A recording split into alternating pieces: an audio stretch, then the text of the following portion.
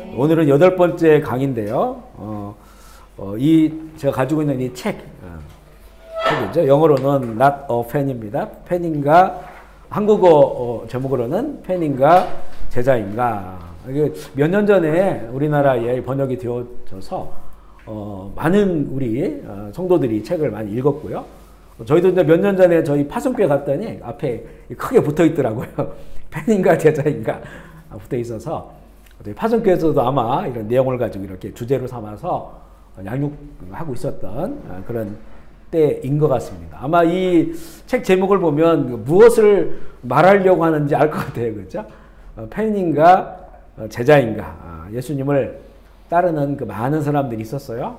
제일 앞에 사도가 있었고, 그리고 이제는 뭐 제자들이 있었고, 또 불특정한 많은 무리들이 있었어요. 정말 제자로서 주님을 따르는 건지, 아니면 그 팬으로서 주님께 열광하면서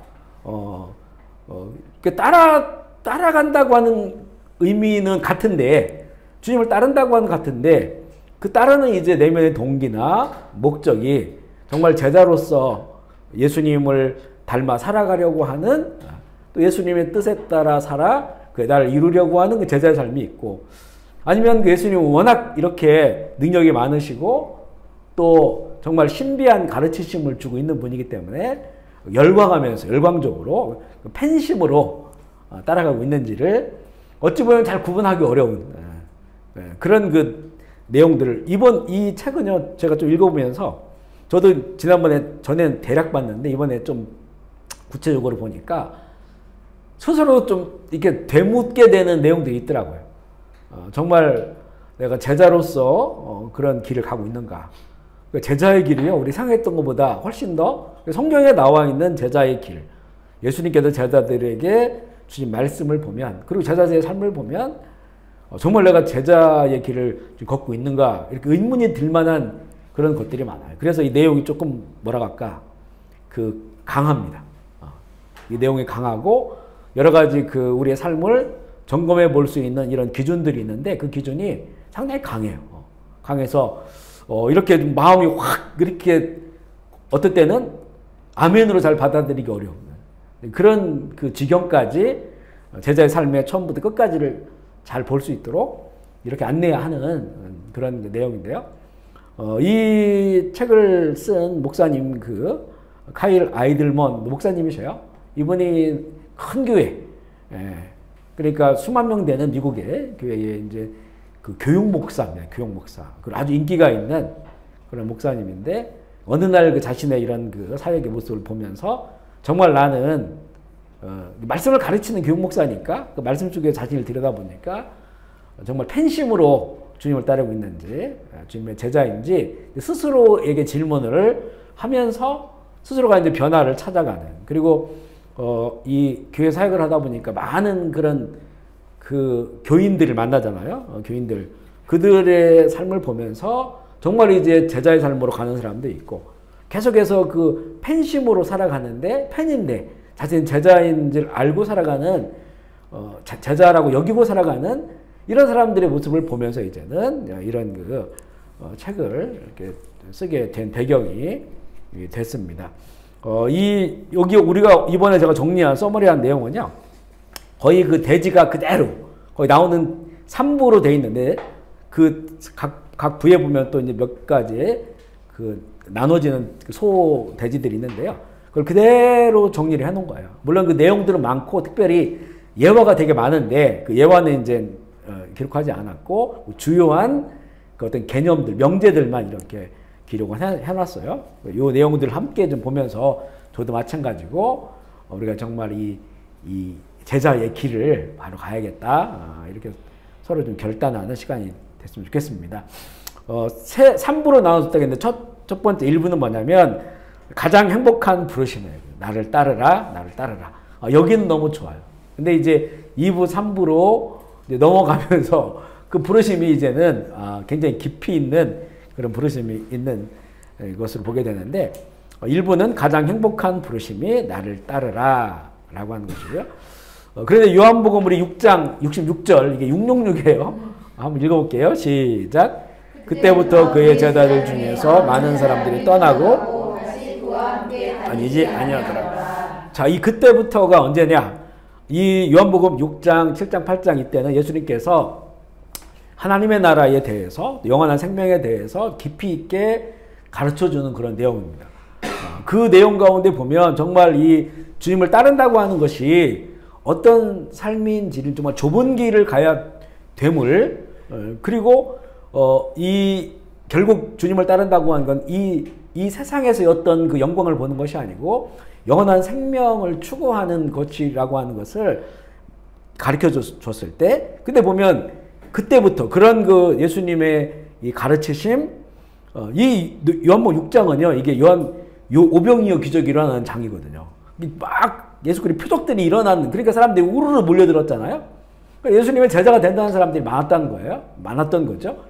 그런데 이 예수님의 깊이 있는 하나님의 나라에 관한 또 제자의 길에 대해서 말씀을 듣고 그의 제자 중에서 많은 사람이 떠나가고 다시는 그와 함께하지 다니지 않아, 예수님과 다시는 함께하지 않았다니까 이 사람들은 제자의 길을 버린 거예요. 보면 이 사람들이 누구냐?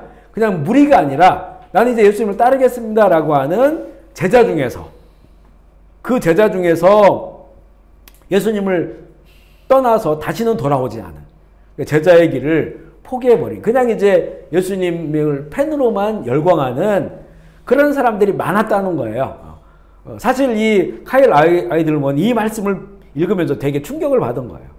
충격을. 이게 일반 무리들이 아니고 제자 중에서, 예수님을 따르겠다고 헌신한 제자 중에서 예수님이 그 말씀하신 주님이 가실 길, 그리고 그건 결국 제자들의 길이 되어야 되는데 그 길에 관한 이야기를 듣고 예수님을 떠났다라고 하는 거죠.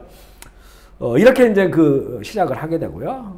일부의 일곱 가지의 그런 그 대지가 있는데, 첫 번째가 보면 팬인가 제자인가. 이게 이제 인생에서 특별히 우리 교회 다니는 사람들에게 가장 중요한 그런 질문이죠. 다른 누구보다도 예수님과 가장 깊은 관계를 맺고 있는가. 사실 제자는 관계적인 그런 용어입니다. 관계가 없이 주님을 따른다고 하는 것은 그게 이제 그 팬덤이고 그 팬심이죠. 그래서 정말 깊은 관계를 맺고 있는가 물어보는 것이고요. 팬은 단순한 열광을 진정한 헌신으로 착각을 해요. 그 팬들도 보면 우리의 스승 주님 되시는 그 예수님에 대해서, 예수님에 관해서 많이 공부하고 많은 지식도 가지고 있고, 그리고 그분을 좋아해요. 팬덤이라고 하는 것이 그렇잖아요. 뭐 축구 좋아하는 사람들, 또 야구 좋아하는 사람들, 그 선수들에 대해서 우리 부모님 할머니에 대해 잘 모르는데 그 야구 선수, 축구 선수들에 대해서는 뭐서 태어나가지고 몇 살 때 뭐가 되고 뭐 다 알아요. 너무 잘 알죠. 이게 팬덤입니다. 이렇게. 그 너무 잘 알아요. 열광적이에요. 뭔가 예수님 뭔가를 하신다고 하면 우르르 몰려들어서 거기서 또 헌금도 내고, 그리고 여러 가지 하여튼 자기를 할 수 있는 한 동원해서 높이고 추앙하고 그렇게 이제 하고자 하는 거죠. 그런데 이렇게 하는 것을 제자의 삶인 것으로 착각하고 있다는 거예요. 팬으로서 그 영웅을 추앙하는 것, 영웅을 따르는 것을 제자라고 착각하고 있는 그런 교인들이 많다는 것이죠. 예수님에 관한 그 지식을 깊은 친밀함으로 오해하고 있는 거예요. 이 정말 그 제자는 친밀한 관계에 있는 거거든요. 관계. 그러니까 예수님에 관한 지식도 안다고 하는 그것도 관계적으로 아는 거예요. 관계적으로. 그래서 그 야다, 이게 이제 히브리어로는 성경에 보면 하나님께서 내가 너를 안다, 너희도 나를 안다 했을 때 그 야다라고 하는 이런 표현이 그 히브리어로 쓴, 이게 이제 어떤 때 나오냐면요. 아담과 하와가 동침했다. 이게 야다예요. 그러니까 그런 관계를 통해서 알물 말합니다. 우리가 하나님을 안다고 하는 것, 하나님을 안다고 하는 것, 그렇게 가장 깊은 관계죠. 그런 가장 깊은 관계를 통해서 안다고 하는 것들. 이 알미 바로 하나님과 그의 아들을 아는 것이 영생이니라라고 했을 때 그 알미예요. 근데 여기서 팬들이 그 예수님을 아는 것은 그런 그 친밀한 관계적인 알미 아니에요. 그냥 하나의 내가 좋아하고 추구하는 대상으로 놓고 영으로 놓고 그를 연구하고 그에 대해서 그에 관해서 아는 거지 그를 아는 것이 아니라는 거죠. 이렇게 이제 다르다고 하는 거예요. 그래서 이 제자는 깊은 그 지식의 깊은 친밀함. 그러니까 주님을 아는 것이 이게 하나의 그 주님을 경험하는 것이고 주님을 관계하는 것이고 그런 속에서 그런 관계 속에서 알아가며 그를 따라가는 것이 바로 제자의 삶임을 말하고 있습니다. 그래서 이 두 번째 대지는 보면요. 이게 말뿐인가 행동인가 이런 그 질문들은 정말 내가 참 제자인가를 볼 수 있는 질문들이에요. 말뿐인가 행동인가. 말로만 하는 것은 절대로 안 된다. 말로만의 고백인가 예수님을 실제로 따르는 그런 그 고백인가. 예수님이 나의 주님입니다 라고 고백하잖아요. 예수님을 믿습니다 라고 고백하고 예수님이 나의 모든 것이 되십니다 라고 하는 이런 고백들이 있어요. 이게 이제 말로 끝나는 거냐 아니면 진정한 삶으로 그렇게 살아가고 있느냐 고백이 삶이 되느냐 라고 하는 그런 그 질문이죠. 예수님은 물론 믿음에 관한 말씀을 많이 하셨는데 나를 믿으라 라고 하는 말씀 복음서에 4번밖에 안 나온다는 거예요. 그런데 나를 따르라 라고 하는 말씀은 20번이 넘게 나온다는 거죠. 그러니까 결국 이것은 참 믿음이라고 하는 것은 예수님을 따라가는 건데 따라가는 것이 그냥 이렇게 졸졸로 따라가는 것이 아니고 삶의 방식이 그러니까 이런 거잖아요. 예를 들어서 뭐 예를 들면 제가 되게 훌륭한 스승이라고 했을 때 저의 제자들이 있어요. 제자들이 이렇게 추종하는 제자들이 있다고 생각해 보세요. 그러면 내가 저분을 좀 닮아야겠다. 저분이 살아가는 모든 삶의 과정이나 삶의 모습이 전부 우리가 닮아가야 되고 그럴 때 가치가 있고 의미 있는 삶을 살겠구나라고 했을 때 저를 돌돌돌 따라다닌단 말이에요. 그러면 제가 어디 가서 밥을 먹으면 제가 밥 먹는 걸 볼 거 아니에요. 그러면 내가 저분처럼 밥을 먹어야겠다. 제가 어떻게 말을 하면 저분처럼 말을 해야겠다. 또 이렇게 사람들을 관계할 때 뭐 포옹을 해준다든가 따뜻하게 관계하면 네 저분처럼 관계하고 저분처럼 이렇게 사랑해줘야겠구나. 또 뭐 제가 차를 운전하면 저분처럼 운전해야겠구나. 이런 모든 것 그러니까 이런 주님을 따른다고 하는 것은 그냥 주님의 발차지만 따르는 것이 아니고 그냥 졸졸 쫓아다니는 것이 아니고 그 삶의 방식을 따라가는 거예요. 삶의 방식을. 아멘이시죠? 바로 그거를 말합니다. 이게 이제 말뿐인가 행동인가. 그렇다면 계속 저를 1년을 누가 따라다녔다고 생각해 보세요. 그 사람은 저를 많이 닮았을 거예요. 3년을 따라다니고 아니면 전 인생을 따라다녔다고 생각해 보세요. 그러면 제가 없어도 이 사람은 정말로 저처럼 저와 같은 제가 걸어간 길을 여러 삶의 전반에서 잠을 자는 것, 깨는 것, 밥을 먹는 것, 사람들을 만나는 것 이런 모든 전반에 이 사람은 그렇게 그 닮은 삶을 살아갈 거 아니겠어요? 근데 우리가 지금 수십 년을 주님을 따르는 제자라고 살아가고 있는데 근데 너무 다른 거예요 이게 이제. 주님이 밥 먹는 거, 주님의 사람 관계하는 거, 말씀하시는 거 이런 것과 상관이 없어요. 근데 나는 예수를 나의 주라 고백하고 난 주를 믿는다고 그러고 그분이 나의 그 인생과 역사의 주인이라고 고백하고 있다면 여기서 이제는 말뿐인가 행동인가 라고 하는 질문에 자기가 응답을 해야 되는 것이죠. 요한복음 3장에 보면 니고데모가 나와요. 요한복음 3장이 굉장히 중요한 그런 내용이죠. 거듭남에 관해서 말씀하고 정말 예수 그리스도 믿음으로 말미암아서 구원받음을 말씀한 내용인데요. 이때 그 출발이 뭐냐면 바리새파의 랍비 선생님 니고데모가 한밤중에 예수님을 찾아온 거죠. 그런데 그 니고데모가 처음에 찾아온 것은 정말 그 팬으로 찾아왔어요. 당신에 대한 이야기 또 내가 당신을 보니까 당신은 정말 하나님의 사람입니다. 하늘로부터 오신 분입니다. 이 마음에 많은 궁금증을 가지고 그가 왔는데 그가 랍비 가르치는 사람인데도 불구하고 자신들은 한계가 있는 거예요. 그런데 예수님을 이렇게 보면서 이분이 정답을 가지고 계시구나 라고 하는 하늘로부터 오신 분이라고 하는 그런 마음으로 왔으니까 처음에는 이분은 정말 영웅이야. 나는 저분의 팬이야. 이렇게 이제는 하지만 자기도 랍비니까 사람들이 보면 안 되니까 부끄러우니까 한밤중에 찾아온 거예요. 그래 찾아왔는데 결국은 예수님과의 쭉 이제 대화를 하게 되잖아요. 대화를 하게 되고 결국 이제는 요한복음 뒤쪽에 가보면 우리 19장 39절 말씀 읽어볼게요. 시작. 예수께 밤에 찾아왔던 섞은 것을 100리터 가지고 오니. 이때 누구랑 같이 왔냐면 우리 지난번에 나눈 아리마대 요셉과. 아리마대 요셉도 처음에는 예수님의 팬이었죠. 팬이라고 한 것은 자기가 자기를 감추고 있는 거예요. 감추고 있는 거예요. 왜냐하면 이걸 드러냈을 때 내가 가지고 있는 모든 것을 다 잃어버릴 수가 있어요. 이게 이제 팬이에요. 내 거를 잃어버리고 싶지 않은 거야.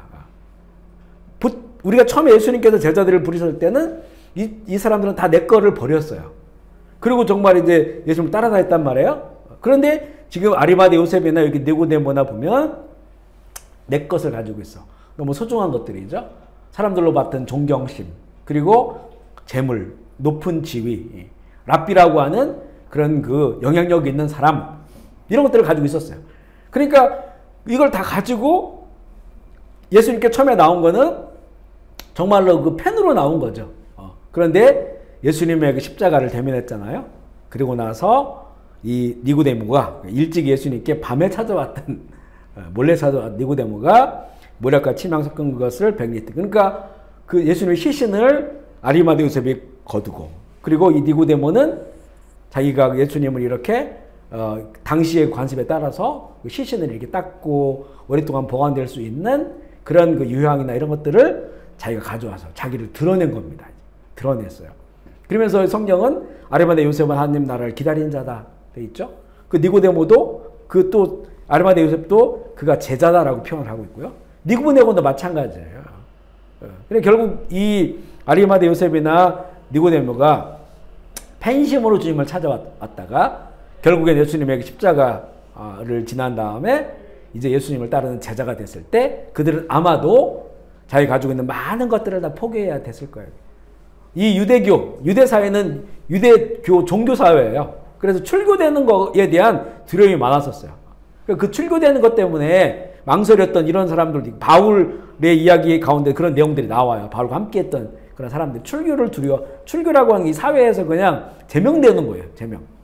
지금 이집트가 이제 이슬람 국가잖아요. 근데 거기 콥틱 교단이라고 기독교인데 약간 좀 다르기도 하지만 그러나 그래도 오랫동안 인정받은 그런 기독교인들이 그 사는 그런 마을이 있어요. 꽤 숫자도 많아졌습니다. 근데 이 사람들은 예수님 믿고 세례를 받으면 이게 팔에 십자가 문신을 새겨요. 그리고 이 십자가 문신 있는 사람들은 공무원이 될 수가 없어요. 그리고 이렇게 그 사회 안에서 어떤 그 정상적인 그런 삶을 살아갈 수가 없어요. 그래서 이 사람들은 다 이제는 다 자영업, 개인 장사를 해요. 아무리 뛰어나도 이 십자가 이 문신을 새긴 다음부터는 받아주질 않아요. 그래서 이 사람들이 다 외면당하니까 이집트에 그 쓰레기 매립장이 있어요. 어마어마한 쓰레기 매립장. 그 주변에서 이 사람들이 살아가는 거예요. 그리고 이제 순례객들, 기독교 순례객들에게 수공예품 같은 거 이제 팔아가지고 먹고 살고. 근데 이게 이제 그 수십 년 전부터 그렇게 됐거든요. 근데 재미난 게 뭐냐면 이 사람들이 공무원이나 뭐 군인이나 경찰 이런 것들 못 하다 보니까 그 상업 쪽에 뛰어들었어요. 그러면 금융 쪽으로 일을 하다 보니까 그 돈이 점점 이 사람들에게 몰리는 거예요. 이제 금융업을 하다 보니까.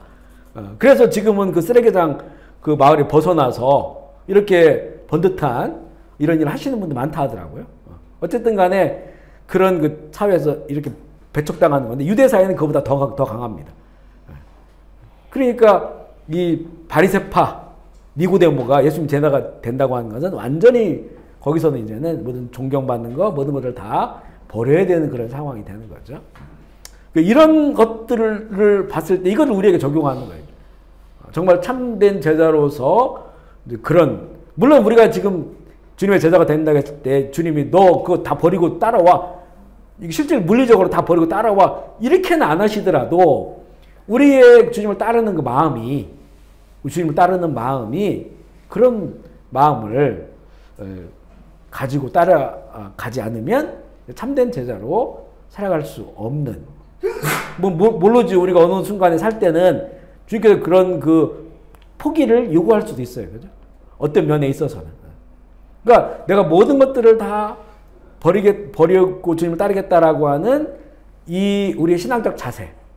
이 자세를 가지고 있어야 어느 순간 주님께서 그걸 원하실 때 어떤 영역이라고 할지라도 그게 가능하죠. 그렇지 않으면 참 제자로서의 삶을 살아갈 수 없음을 우리가 볼 수 있고요. 그래서 여기 보면 첫 번째 팬인가 제자인가 진단하기 첫 번째죠. 예수님을 믿는다고 말로만 고백하는가 아니면 예수님을 실제로 따르는. 아까 실제로 따른다고 하는 것은 모든 삶의 방식을 따라간다는 거잖아요. 그 부분을 질문하고 있고요. 세 번째 이 대지는요. 지식인가 친밀함인가 잠시 나눈 말씀인데 반쪽짜리 마음으로는 어림도 없다. 이 표현이 그냥 책 그대로 써놓은 거예요. 이런 표현들이 좀 많아요. 약간 우리가 다가가기 쉬운 그런 표현이죠. 하나님에 관해 아는 것과 하나님을 아는 것은 다르다. 마태복음 15장 8절 읽어볼게요. 시작. 이 백성이 입술로는 나를 공경하되 마음은 내게서 멀도다. 입술로는 나를 공경한다. 하나님을 경외한다. 라고 하는 거죠. 입술로는 정말 예수님을 잘 믿는 것처럼 보여지는 거죠. 그러나 마음이 내게 먼다고 하는 것은 결국 그의 모든 행위나 모든 삶 자체가 결국에는 하나님과 예수님을 지식으로만 알고 있지 삶으로 따르지 않는다고 하는 표현으로 볼 수가 있고요. 지식의 친밀함, 그러니까 아는 것과 이 관계가 온전히 하나 되는 거예요. 온전히 하나라고 하는 것은 우리가 늘 말하지만 완벽한 100% 하나됨이라고 말씀하는 게 아니라겠죠. 우리의 방향이 주님과 그 친밀한 관계 속에서 그렇게 살아가는 그런 것을 말한다고 했습니다. 이것이 팬과 제자를 가르는 결정적인 그런 차이점이에요. 지금 여기서 우리가 얘기하는 것은 안 믿는 사람을 말하는 게 아니에요. 예수님을 따르는 사람을 말해요. 따르는 사람. 팬도 예수님을 따르고 그리고 제자도 예수님을 따라요. 그런데 어떤 자세로 따르고 있느냐, 어떤 태도와 자세. 예수님에 대해 아는 것과 정말 예수님을 실제로 따르는 것.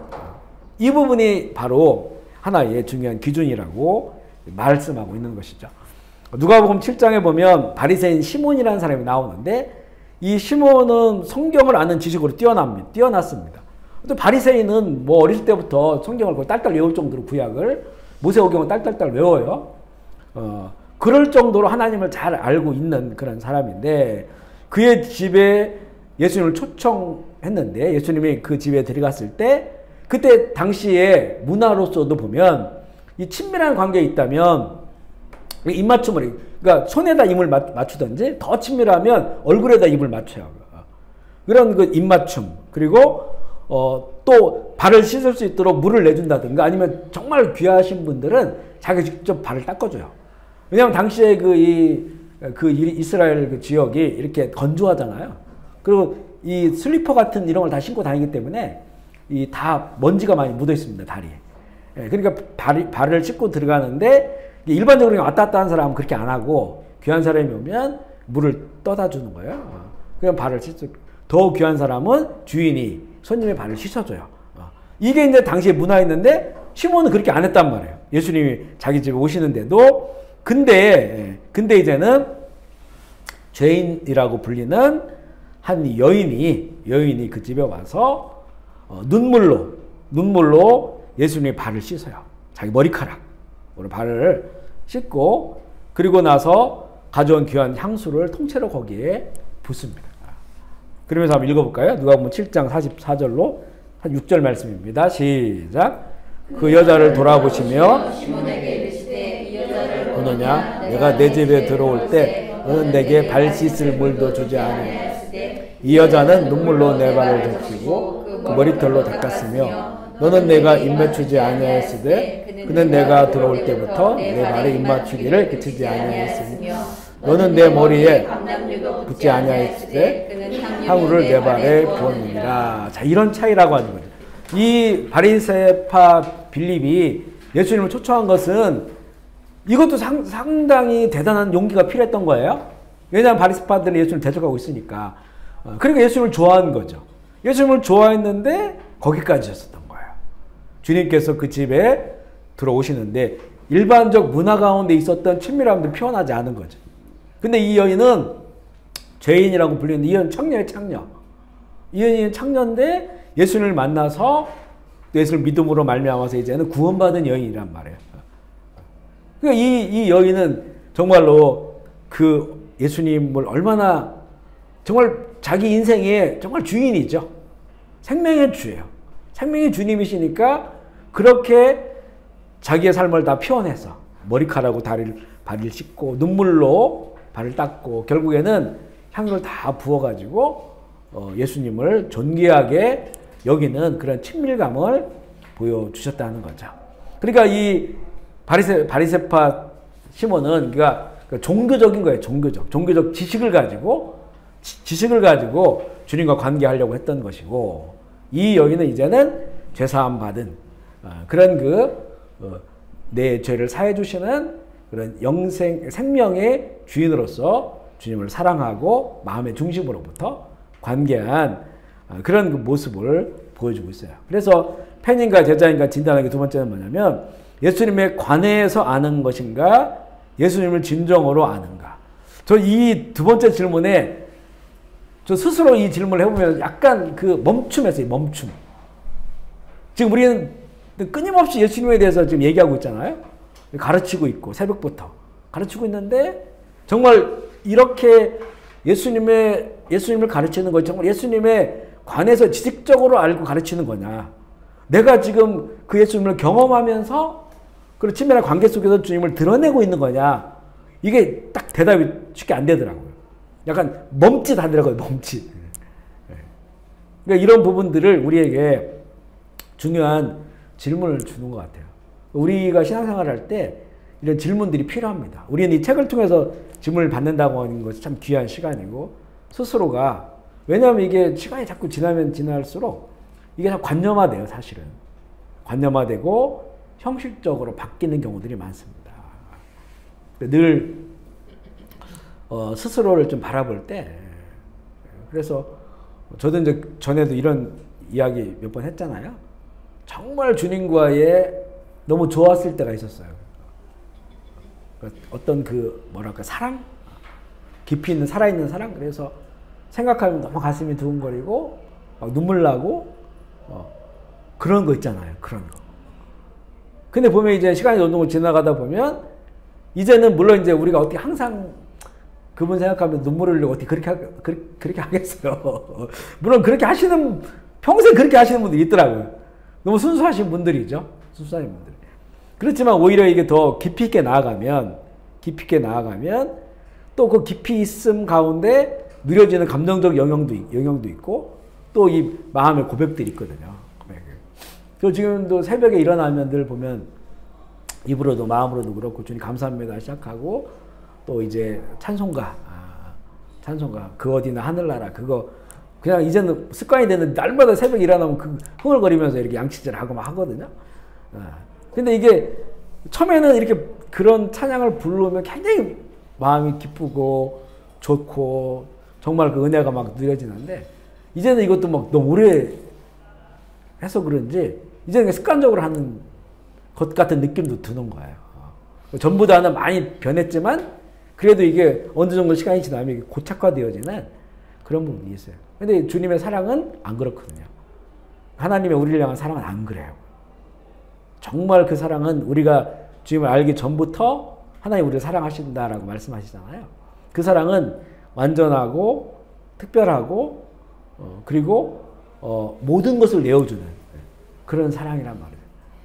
그러니까 그 사랑을 우리가 안다면 우리도 그런 사랑으로 주님과 관계하면서 주님을 알아가는 그런 제자의 삶을 살아가야 되는데 그렇지 못할 때가 많으니까 여기 물어보죠. 예수님에 관해서 아는가? 예수님을 진정으로 아는가?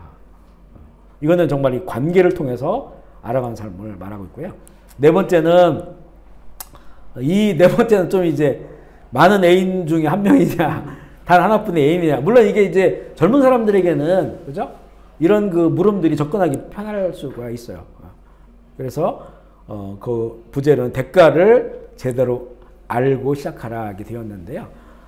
그러니까 그 유일하고 가장 특별한 그런 그 가치로서의 주님과의 관계를 말하고 있습니다.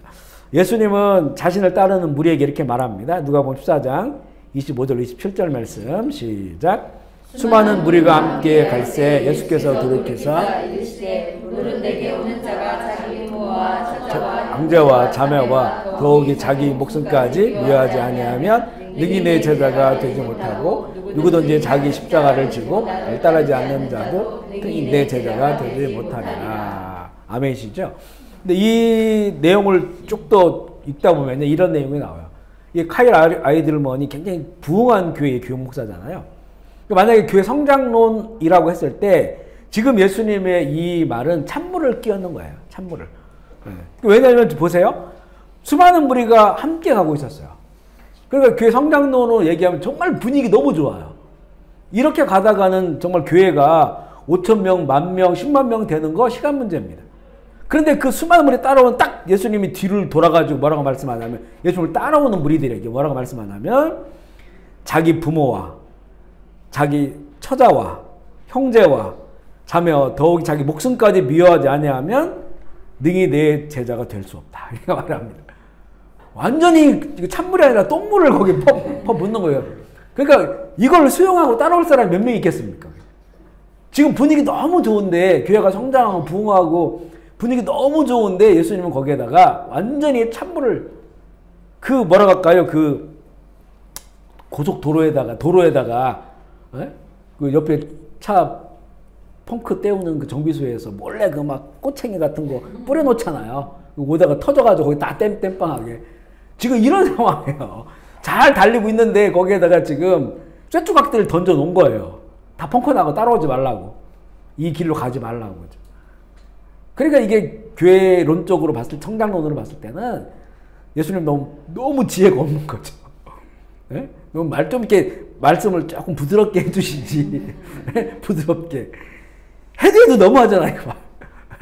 너 처자도 다 버리고. 뭐라고 표현했냐면 여기는 목숨까지 미워하. 여기 예수님께서 미워하라고 한 말씀은 이거는 이제 더 사랑해야 된다 강력한 표현이에요. 그러니까 예수님을 더 사랑해야 된다고 하는 강력한 표현을 이렇게 표현하신 거예요.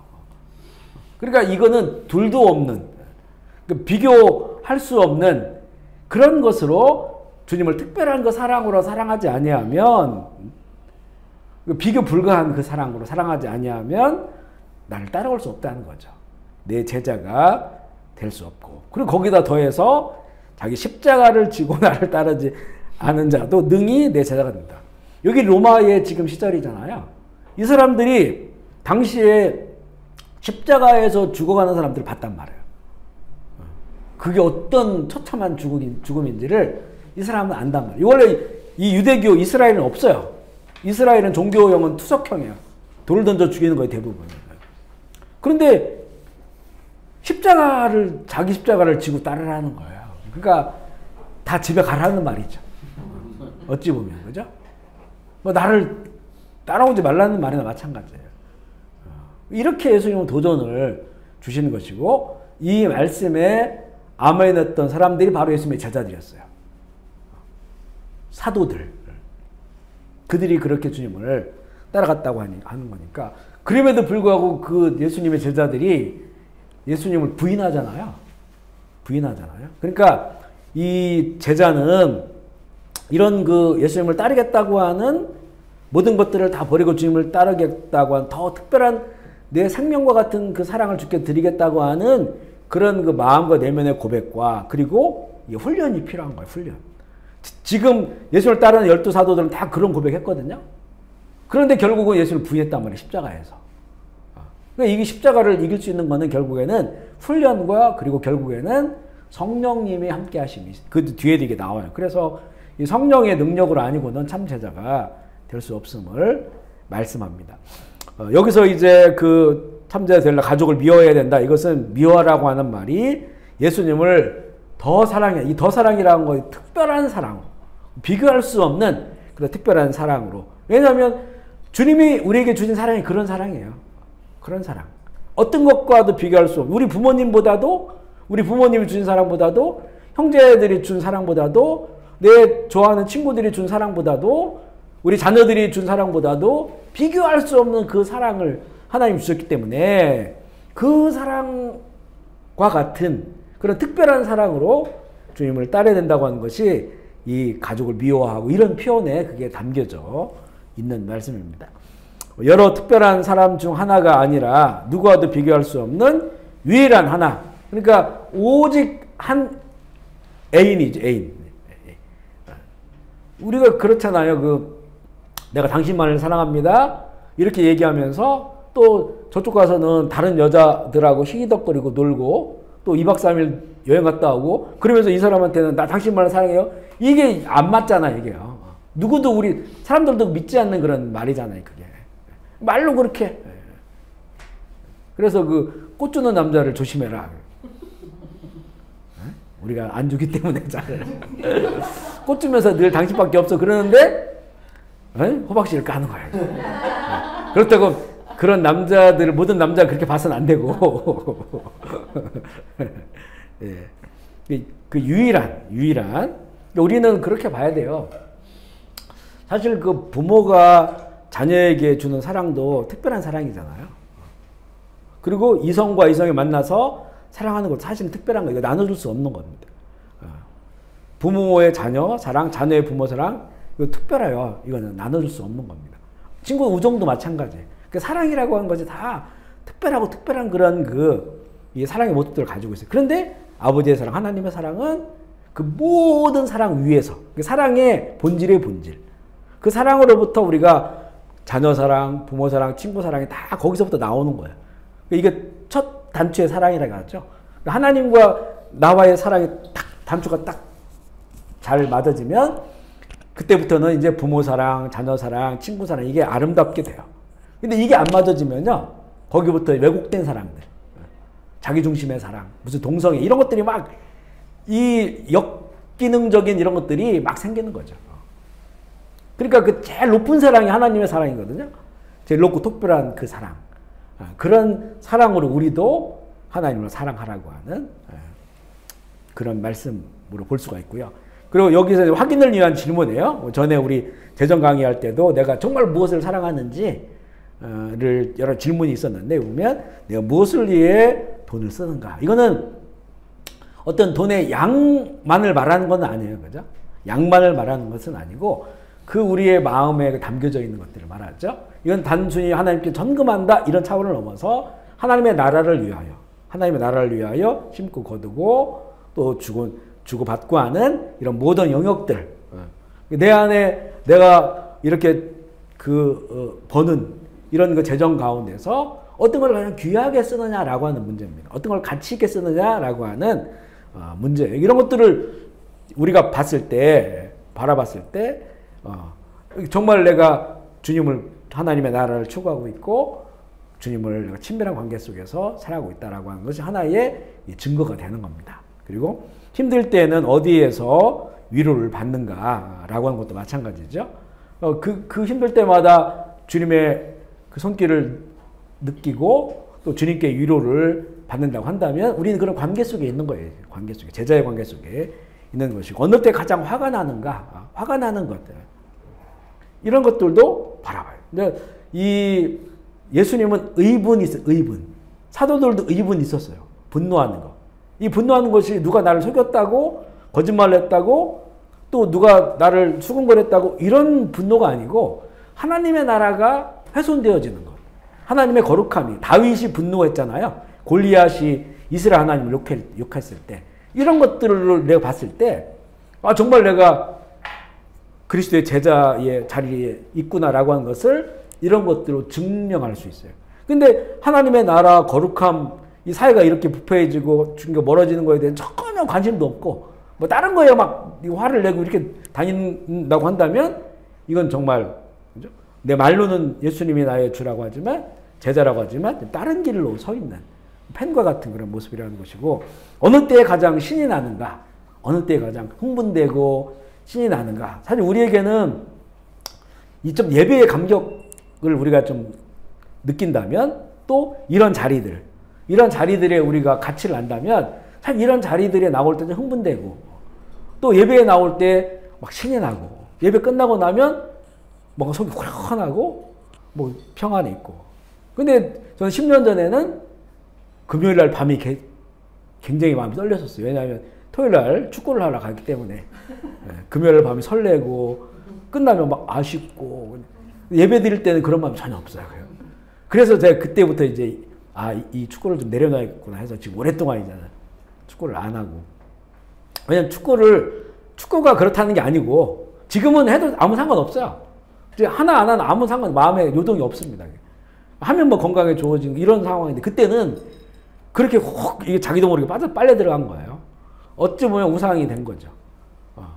그러니까 하나님의 일을 하는 거에 대해서는 그렇게 신나거나 기쁨이 없는데 그런데 하나님 일이 아닌 주님과 관련된 다른 일들이 있을 때는 너무 기대되고 가슴 두근거리고 그거 정말요. 축구화 끈을 탁 묶을 때 그 옷을 탁 개서 이렇게 가방에 탁 넣을 때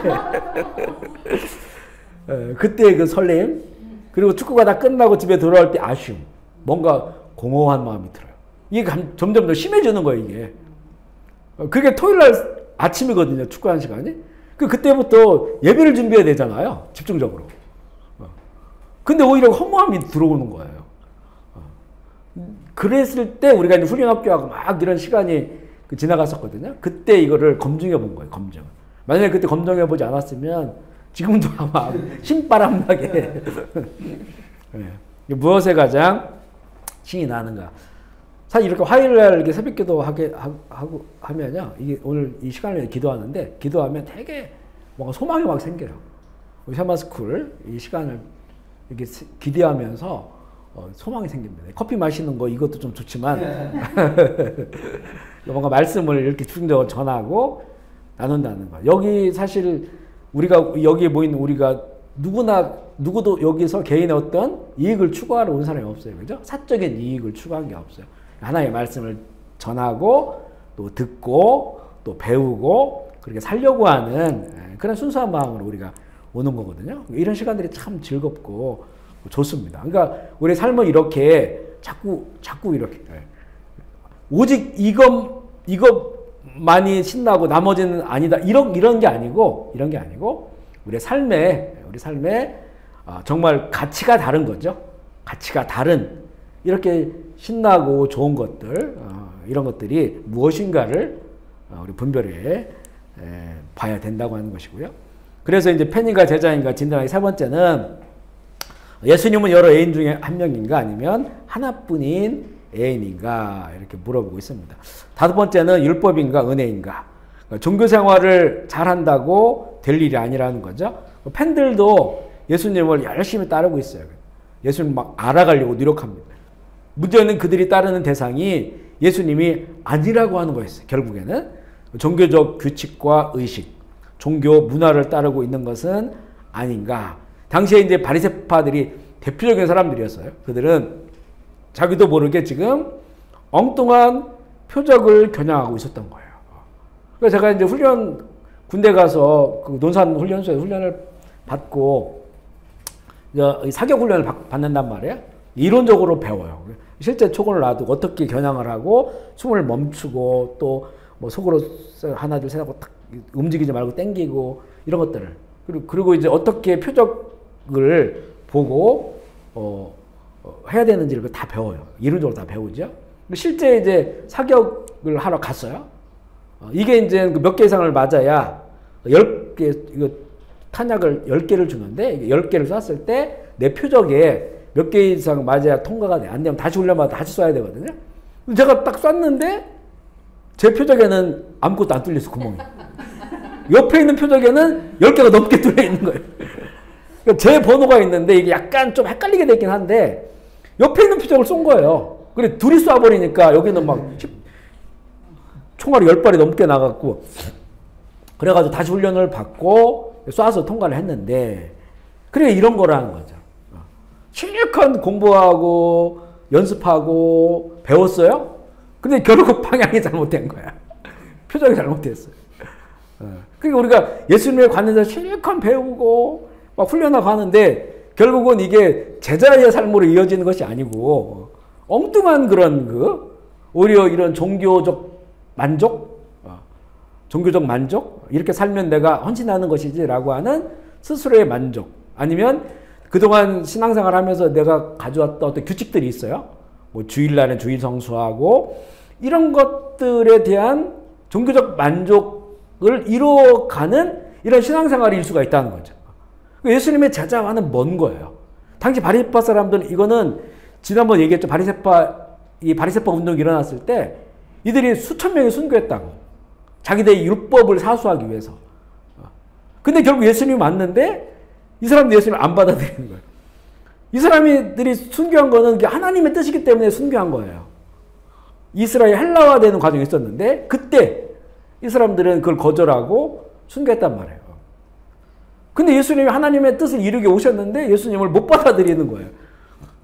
그러니까 너무나 성경을 딸딸딸 외우고 그 특별한 훈련을 받은 사람들인데 표적이 잘못됐던 거야. 이 사람들 율법의 그런 규칙, 종교적 의식 이런 데 너무 몰두해 버렸어요.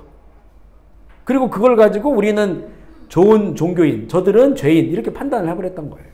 손을 안 씻고 밥을 먹고 또 안식일 날 이렇게 병을 예수님 환자를 치료하는 것, 또 밀을 먹는 거 이런 걸 다 정죄한 것이죠. 이렇게 될 수 있다는 거죠. 이렇게. 그래서 우리가 사회적 보면 우리 종교인이에요.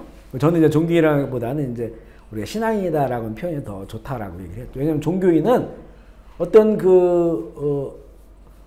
초월적인 그 대상에 자기가 도달하기 위해서 무언가를 계속 하는 거예요.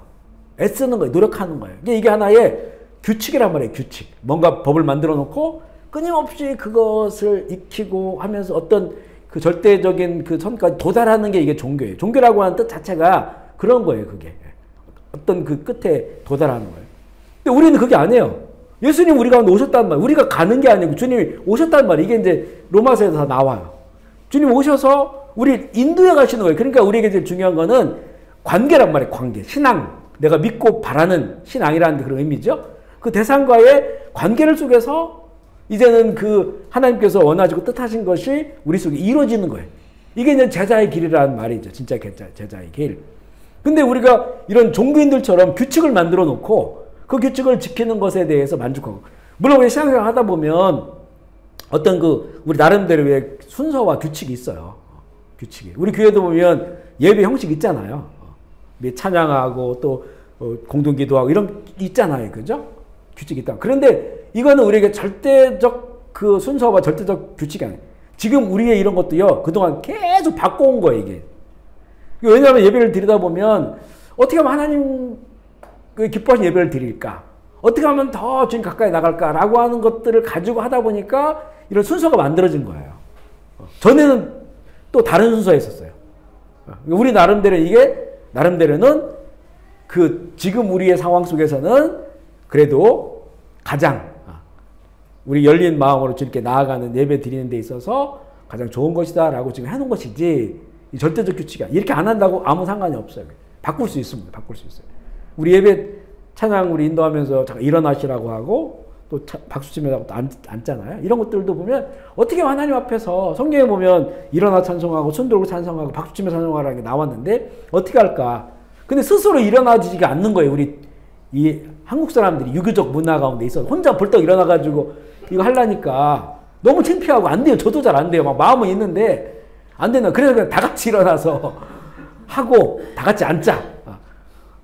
그나마 우리 이렇게 쪽에도 최선은 아니지만 최선은 정말 교인들이 자유롭게 일어날 사람 일어나고 앉을 사람 앉아서 엎드릴 사람 엎드리고 지금도 정말 일어나 예배 드릴 때 엎드리고 싶을 때 있거든요. 근데 그것도 이게 안 되는 거야. 한국 사람, 유교적인 사람 안 되는 거예요. 그리고 어떤 때는 또 너무 또 엎드렸다가 다른 사람이 방해가 될 수도 있어요. 전에 제가 아내하고 필리핀에 처음에 선교수로 나가려고 했잖아요. 그랬다가 이제 거기 필리핀 사마르 섬이라고 하는 그 루손 섬에서 지금 마닐라에서 경비행 타고 어떤 섬에 갔다가 거기서 이제 다리가 놓여 사마라 섬까지 한 120만 사는 제일 가난한 섬 중에 하나예요. 원래 거기를 가려고 했었던 건데 그 버스를 타고 갔는데 주일이 낀 거예요. 주일날 이제 거기 선교사가 없어요. 그러니까 저 외부에서 와서 예배만 드리고 가시는 흑인 여자분 목사님이 선교사님이 있더라고요. 그 교회를 갔는데 이제 예배를 드리는데 거기가 이제 그거예요. 오순절 개통 지금 이제 순복음 개통인데 예배 드리고 찬송을 하는데 설교 때도 그랬지. 어떤 여자분 한 분이 나와서 뒹구는 거예요.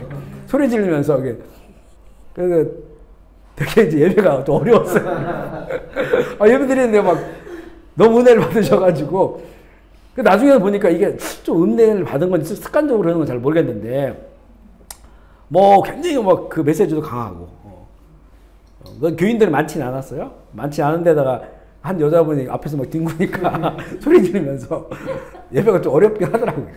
물론 이게 이제 정말 그래서 초대교회 때 너무 방언을 많이 하니까 그 고린도 12장에 보면 예배 시간 방언하지 마. 여기저기 막 다 쏠라쏠라 그러니까 이게 예배가 안 되는 거예요. 그게 이제 질서가 안 되는 거죠. 그러니까 그래서 이제 우리가 마음껏 표현하는 건 좋은데 물론 우리 잘 표현 안 해요. 뭐 손도 드는 것도 처음에 어려워하시고 저도 옛날에 그랬죠. 부목사 때도 별로 그렇게 안 했거든요. 그래서 정말 나중에는 이제 주님만 보이니까 손도 들어지게 되고 여러 가지 또 표현하게 되는데 아직도 완전하게 표현하지는 못해요. 또 그 표현이 다른 교인들에게는 어려울 수도 있기 때문에 그런 것들이 있죠. 저희 파송교회에도 보면 그 있었어요, 그죠? 그 너무 세련되고 얼굴 너무 예쁘셔요. 그런 젊은 여자분인데 우리가 이제 저녁 예배 드리면 1000명 정도 예배 드리거든요. 혼자 일어나가지고 이렇게 방언을 이제 본인은 성령께서 압도하시니까 일어나가지고 이렇게 막 하시는데 이제 우리는 안 보죠. 하도 봤으니까. 근데 처음 오신 분들은 그것만 쳐다보고 있는 거예요. 근데 그 자매님이 정말 이렇게 되게 세련돼 있어요. 남편이 의사이시기도 하시고. 근데 그렇게 막 이렇게 하시는 거예요. 그러니까 이게 우리에겐 좀 어려워요, 이런 것들이. 어려워. 그래서 우리가 이제 이런 순서들을 이렇게 만들어서 같이 일어나서 하고 같이 하는 이런 것들이 있는 건데 사실은 더 우리에게 더 깊이 지금 이제 예배라고 하는 이런 틀이 있지만 나중에 이제 뭐 우리가 집회를 하거나 어떤 틀이 없이 집회가 할 때는 교인들이 더 표현하면 더 좋죠. 사람이 자꾸 느껴지니까 표현하지 못하잖아요. 그러니까 자유롭게 표현하는 것이 좋을 수가 있어요. 어쨌든 간에 이거는 우리가 열려져 있는 거지 그게 절대적인 규칙이나 이런 건 아니다라고 하는 그런 말씀이고요. 그래서 이제 또 팬님과 제자인가 네 번째 진단하기는 안보다 밖에 더 신경을 쓰고 있는가 이런 거죠. 왜냐하면 종교적 규칙 이런 건 바리새파 서기관 이런 사람 예수님께 늘 외식한다라고 했죠. 외식한다. 그러니까 네가 속과 겉이 다르다라는 거예요. 겉은 그렇게 철저하게 종교 규칙을 지키고 주일 성수하고 이러는데 너희들은 정말 하나님의 아들도 알아채지 못하는 그런 그 무지함을 굳어진 마음을 가지고 있으니까 이게 이제 결국에는 이 종교적 규칙 겉에 거 보여지는 것에 대해서 그들이 더 신경을 쓰고 있지 그 내면에 진정한 주님을 따르는 제자로서의 그런 모습은 없다라고 책망을 하시는 겁니다. 여섯 번째는 뭐냐면요. 자기의 힘으로 하는가 성령 충만한가 이런 내용인데요. 자기의 힘으로 의지하면 여지없이 깨집니다. 제자의 길을 간다고 하면서 자기의 힘을 의지하는 거예요. 그러니까 내 힘을 안 쓴다가 아니고 의지하는 걸 말해요. 의지. 누구를 의지하고 내 힘을 쓰는 거예요. 무슨 말인지 이해가 되겠죠. 우리는 주의 나라를 위해서 주님을 따라가기 힘써야 돼요. 여러 가지로. 힘써야 되는데 그 힘이 예수 그리스도 안에서 주님 안에서 그 주님을 의지하면서 그 힘을 쓰는 것인가 아니면 처음부터 자기의 힘을 가지고 그 일을 하려고 하는 것인가에 관한 그런 것을 확인해 보아야 된다는 것인데 팬들은 하나님과 예수님 얘기는 쉽게 받아들이지만 성령님에 대해서는 어찌할 바를 모른다라고 기록되어 있어요. 그 책에는 성령의 능력 없이 주님을 따르려고 한다면 오래 가지 않아서 이 증상이 나타납니다. 짜증과 분노가 생겨요. 왜냐하면 세상과 인생의 무게에 무릎을 꿇고 맙니다. 제자는 성령의 능력 없이는 인생의 난관을 헤쳐나갈 수 없다는 사실을 우리 첫 번째 제자들을 통해서 알게 됩니다. 첫 번째 제자들이 본인들이 가족과 모든 걸 다 버렸어요. 예수님 따랐어요. 그리고 예수님께서 너희들이 나를 버릴 거다라고 했을 때 절대 그런 일 없을 거라고, 이거는 자기의 힘으로 한 거죠. 내 힘으로 내가 어떻게든 이거 막아보겠다라고 하는 거였단 말이죠. 그래 결국 그들은 다 예수를 버렸습니다. 예수님을 떠났습니다. 그러다가 이제는 오순절 마가다락방에 성령 받고 나서 이제는 성령의 능력을 힘입어서 일을 하기 시작하니까 진짜 이제 제자의 모습들, 그들을 통해서 예수님의 모습들이 나타나는 거예요. 사장 8절 말씀 읽어보겠습니다. 시작. 이에 베드로가 성령이 충만하여 이르되 백성의 관리들과 장로들아. 여기 보면 이 사건이 2장에 성령 받죠. 3장에 베드로와 그 요한이 성전을 들어가다가 그 미문에 앉아있었던 안진뱅이를 치료한단 말이에요. 예수의 이름으로 일어나 거른단 말이죠. 이게 이제 확 퍼지니까 예루살렘에 이거 누가 고쳤냐 이러면서 이 사람들이 이제 예수를 죽은 예수를 부활했다라고 거짓말 시키면서 예루살렘을 지금 혼란하게 만든다라고 해서 잡아놓은 거예요. 이 관리들, 이들은 누구냐면 그 전에 베드로가 정말 두려워했던 사람들, 사내들인 공유의 관원들, 이 사람들은 이제 종교재판 받으면 죽는 거예요. 누구야? 스데반이 그렇게 죽었잖아요. 얼마 후에 이렇게 지나고 나서. 이 사람한테 붙잡히면 죽는다. 그래서 예수님을 배반한 거단 말이에요. 근데 지금 똑같은 사람들에게 붙잡혔어요. 그런데 그때는 어떻게 되냐면 그가 성령이 충만하여서 그들 앞에서 예수 그리스도를 전해요. 그리스도의 부활을 전하고 그리고 생생한 복음을 전하게 됩니다. 그랬더니 우리 4장 13절 14절 읽어볼게요. 시작. 그들이 베드로와 요한이 담대하게 말함을 보고 학문 없는 범인으로 알았다가 이상히 여기며 예수와 함께 있었던 줄도 알고 또 병이 나은 사람이 그들과 함께 서 있는 것을 보고 비난할 말이 없는지라. 자신 있게 전하는 겁니다. 이 사람이 치료받은 거는 나사렛 예수, 너희들이 십자가에 죽인 나사렛 예수 이름으로 안진뱅이가 일어났다 라고 하면서 담대하게 복음을 전하니까 이 사람들이 할 말이 없어진 거예요. 이 사람들을 두려워해서 예수님을 배반했는데 성령 충만하여서 결국 그들이 할 말이 없어지게 만드는 이런 제자가 됐다는 거예요. 그래서 팬인가 제자인가 진정한 다섯 번째는 자기의 힘을 믿는 팬인가 성령 충만한 제자인가. 사실 팬으로 주님을 따르는 사람들이요, 이 성령의 능력 또 성령의 충만 이런 것들을 잘 말하지 않고 그리고 오히려 이런 것들을 좀 경계합니다. 지금 물론 지금 시대에 이런 사람들이 많아요. 사역자들 가운데서도 성령 충만, 성령의 능력, 성령 사역 이런 것들에 대해서 얘기를 하면요, 무슨 이게 어떤 지금 뭐라고 얘기할까? 좀 어떤 지금 우리 기독교 안에 있는 약간 경계하는 어떤 부류들, 신비주의나 뭐 신사동동이나 이런 것들로 이렇게 몰아붙여요. 그러면 되게 경계를 합니다. 그리고 실제 그런 책들이 많이 나옵니다. 교회 개혁을 한다고 하는 그분들도 되게 말씀들이 옳아요. 근데 교회 개혁이라고 하는 것이 교리를, 복음적 교리를 가져야 되고, 그리고 이렇게 이제 말씀으로 돌아오고, 바른 믿음을 갖게 하고, 성경으로 돌아가고. 되게 좋은데, 근데 이 성령에 대해서는 약해요. 성령에 대해서. 그러면 이 제자들이 정말 참 제자가 된 것은 성령의 능력을 의지했고, 이 사도행전 쭉 보면 계속해서 바울이 성령이 충만하여, 베드로가 성령이 충만하여, 그렇게 했단 말이에요. 그렇게 했는데, 이 성령이 능력에 대해, 성령의 충만함에 대해서 자꾸 외면하려고 하는. 그리고 이제 모든 우리 이제 사람들이요, 다 지식인들이잖아요. 다 대졸자들이고, 지식인들이고, 이러다 보니까 이 초월적 사건 성령에 대해서 좀 더 지성적이고 이성적으로 가르치려고 하지, 이 성령에 대해서 약간 이제는 불편해하고, 뭔가, 신비주의처럼 생각하고, 이런 내용들이 있어요. 그러다 보니까 결국에는 사람들의 힘으로만 주님의 일을 감당하고 따르려고 하는 이런 일들이 벌어지게 되니까 결국은 이거는 어떤 난관에 부딪히거나 내가 감당할 수 없는 어떤 큰 이 담벼락을 만나게 된다면 잘 넘어가지 못합니다. 넘어가지 못해요. 그런 일들이 이제는 지금 많이 일어나고 있어요. 그래서 이 페니가 제자인가 진단의 5번 자기의 힘을 믿는가 성령 충만한 제자인가. 그러니까 성령의 능력으로 충만하려면 먼저 자기의 약함을 솔직하게 인정해야 됩니다. 나의 약함을 인정하고.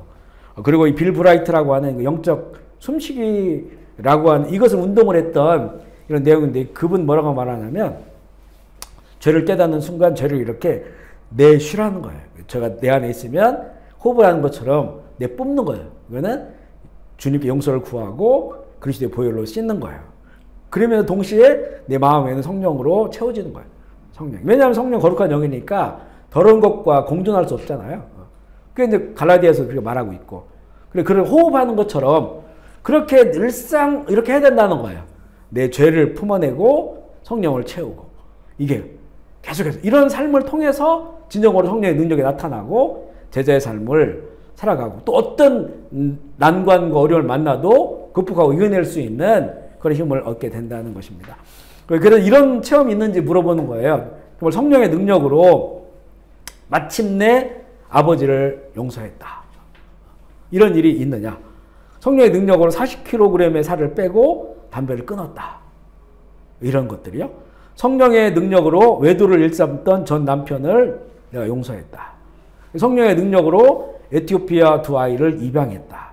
성령의 능력으로 마약 중독을 이겨냈다. 성령의 능력으로 쇼핑 중독을 이겨냈다. 성령의 능력으로 비록 남편은 없지만 장애를 앓은 우리 아이를 번듯하게 키워낼 자신감이 생겼다. 성령의 능력으로 3년간 무소식이었던 자식이 돌아왔다. 성령의 능력으로 남편이 세상 떠난 뒤에 막막하기만 했는데 이제는 마음이 편해졌다. 이런 것을 이 제자의 삶이라고 한다면 이런 구체적인 그런 삶을 경험해야 된다는 거죠. 그러니까 내가 할 수 없는 일들이에요. 이건 사실은. 내 힘으로 할 수 없는 일들을 성령의 능력으로 이런 것들을 경험해 가면서 하나님을 더욱더 알아가고 주님을 더욱더 힘있게 따라갈 수 있게 된다는 거죠. 아멘이십니까? 우리가 신앙생활 하면서 우리는 사실 이런 일들이 많이 일어나고 있어요. 그죠? 일어나고 있어요. 또 경험해야 되고. 거기 주저앉지 않는 거예요. 이걸 앞에 다 주저앉으면 그거는 자기의 힘으로 제자가 되려고 팬의 모습이지. 진정한 제자는 초대교회 제자들처럼 이 난관들을 다 헤쳐나가는 성령의 능력을 힘입어서 그렇게 되어진다는 거죠. 7번째는 의무인과 관계인가인데요. 예수님과 가슴이 통해야 된다. 깊은 관계를 말합니다. 예수님을 따르는 길은 처음부터 끝까지 좁은 길이에요. 좁은 길. 자신은 넓은 길을 걸으면서 좁은 길을 가고 있다고 착각하는 수가 있다는 거죠. 산상수훈의 예수님의 말씀, 이게 제자의 도거든요. 제자들이 살아야 될 삶을 말하는데 거기 보면 이게 다 좁은 길이에요. 세상은 그렇게 안 갑니다. 세상에 추구하는 건 넓은 길인데 제자들이 가는 길은 좁은 길인데 그냥 본인은 넓은 길에서 안락하고 편안하고 뭐 별로 감정적으로도 내 하고 싶은 거 하면서 그러면서 본인은 제자의 길을 가고 있다라고 말합니다. 좁은 길을 가고 있다고 착각한다는 거죠. 마태복음 7장 21절 읽어볼게요. 시작. 주여 하는 자마다 나 천국에 들어갈 것이 아니요 하늘에 계신 내 아버지의 뜻대로 행하는 자라. 여기 보면 예수님은 이 참된 제자에 대해서 말과 행동을 팬과 제자의 차이로 지금 제시하고 계시는 거예요.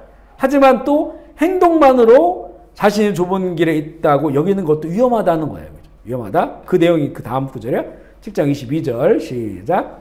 그날에 많은 사람이 나더러 이르되 선지자 노릇을 하며 주의 이름으로 귀신을 쫓아내며 주의 이름으로 많은 권능을 행하지 아니하나이까 하리니. 앞에 있는 사람들은 누구냐면 주여 주여 말만 하는 사람들 팬이죠. 뒤에 있는 사람은 누구냐면 행동을 보면서, 그러니까 내가 귀신을 쫓아내고 있습니다. 병든 자를 치유합니다. 그러니까 나 제자 아닙니까? 라고 주장하는 사람들이에요. 이게 서로 간에 일치가 되지 않는 거. 한쪽은 말만 하고 한쪽은 행동만 있는 거예요. 행동만. 이게 좀 온전한 제자의 모습이 아니라고 하는 거죠. 예수님이 말씀하시는 그런 제자는 어떤 이런 종교적인 능력이나 종교적인 행위, 선한 행함이 아니라고 하는 거예요. 이게 착각하면 이런 것들이 있으면 이게 제자의 삶으로 충분하다라고 여기고 사는 사람들이 있다는 거죠. 내가 주의 이름으로 선한 일 많이 하니까, 주의 이름으로 귀신을 쫓아내니까 나는 반드시 제자라고 여기고 있는데, 그런데 가장 중요한 건 뭐냐면 내가 예수님을 아느냐 보다는 예수님도 나를 아느냐, 이 문제예요. 왜냐하면 예수님이 나를 안다고 하는 것은 친밀한 관계 가운데 있다는 거죠. 근데 이거는 친밀한 관계가 아닙니다. 종교적인 행위를 하고 있는 거예요. 종교적 행위. 앞에 있는 사람들은 행위가 없는 말만 하고 있는 것이고, 앞에 있는 사람. 이 두 가지 부류. 이 두 가지 부류가 많습니다.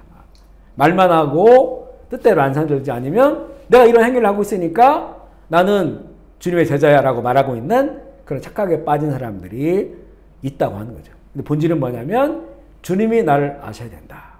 주님이 나를. 그래서 이런 사람들을 예수님께 뭐라고 말했냐면 불법을 행하는 자들이다 라고 그렇게 말씀을 합니다.